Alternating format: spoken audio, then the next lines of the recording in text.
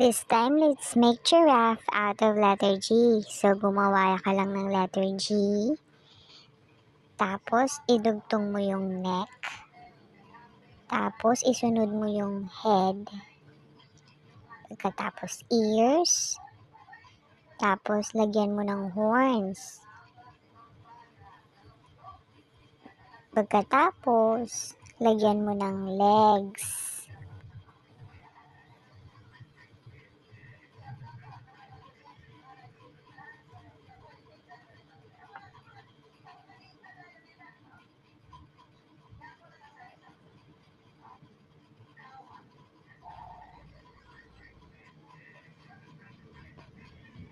Ayan, pagkatapos lagyan mo na ng tail.